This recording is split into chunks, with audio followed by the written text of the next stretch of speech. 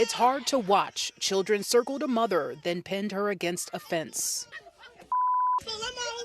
Dragging the mother and her son to the ground, continuously beating them. These children are going to have to live with this for the rest of their lives. And the children are our future, so it's not fair. Police say it started when the 33-year-old mother, her young son, and daughter were walking near 106 and Bensley in the South Deering neighborhood. A group of kids then started chasing after them, calling them names and taunting them. Both the mother and son were beaten so badly they were taken to a hospital. Word of the attack spread quickly on social media, causing outrage among many parents. One day after the attack, demonstrators showed up at Orville T. Bright Elementary School after some posted on social media threatening to harm the children behind the attack. Several police officers showed up blocking the entrance of the school to protect kids inside. Shanice Davis lives in the neighborhood and says she recognizes the attackers. This is not the first time the kids have done this. Just talk around the streets that these kids have pretty much been raising themselves and they have not been held accountable. They have vandalized cars, they have harassed adults and children. To know and to find out even now that other families are affected by this. We're meeting families out here that their children been bullied and been beat on. Chicago Police District Council member Joseph Williams was inside talking with the principal, the mother, and CPS administration. Accountability is going to be key because if this has been going on, we need to make sure that principal be held accountable for her actions as well. This should have been documented. Parents should have been called to the school, and we got to make sure all around that is some type of accountability that's happening here. Surveillance video shows a teacher slamming the boy to the ground inside the school on October 30th. The 5-year-old's mother, Guadalupe Rodriguez, tells me her son has autism and is nonverbal. This is trauma that my son and I will carry forever. What went through your head when you saw that video? If I'm being completely honest, I dropped to my knees and cried because I didn't expect to see that. I wasn't expecting to see my son be treated in such manner. Rodriguez says her son came home limping on the day of the incident. So I immediately knew something was wrong. I took him to the urgent care and sure enough, he had a fracture and a sprained ankle. She wanted answers, so the next day she went to Wild Peach Elementary demanding the principal open an investigation. That's when she saw the video and asked for more.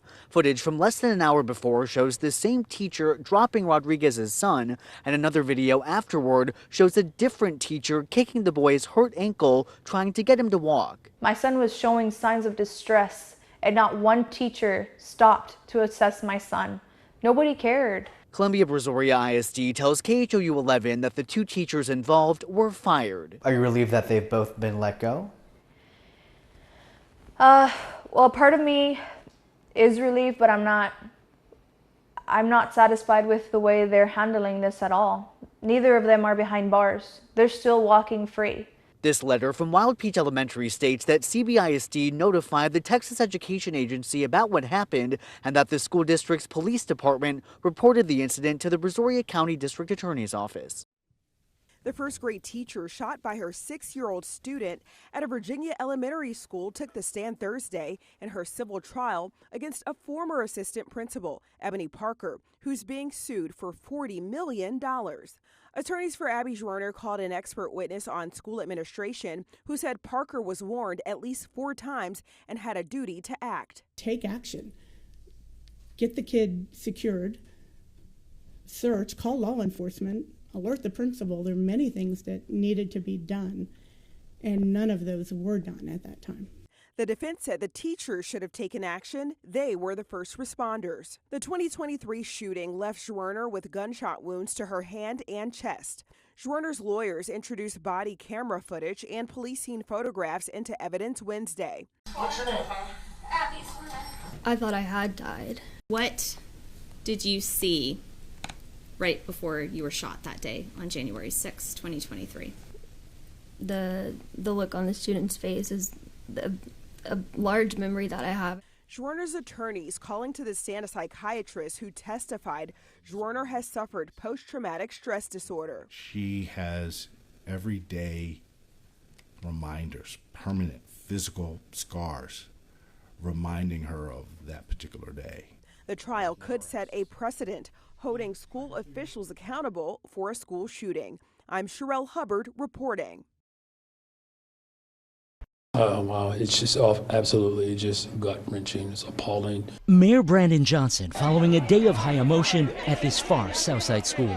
I just think that it's an outrage, and I just feel like we got to do better as parents, maybe a community, maybe as a school, and this could have been prevented. The Monday afternoon attack happened down the street from Orville T. Bright Elementary as a 33-year-old mother was walking home with her children, including her 9-year-old son, who relatives say has long been the victim of bullying. Video shared tens of thousands of times on Facebook shows a woman being punched before the assault turns even more violent. We blurred the faces of those involved because they're minors and no charges have been filed. We've frozen the video here because it's so graphic. By far the most difficult video that I've ever watched.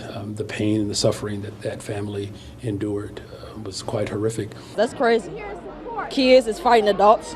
Where's the parents at? Why are they being accountable for it? Top city officials, along with representatives from CPS and CHA, meeting at the school with that injured mother, who's now being relocated along with her family. Of course, we want to make sure that there's accountability, but there's also something very disturbing about children carrying out such a violent act. There's clearly a need for some intervention there as well.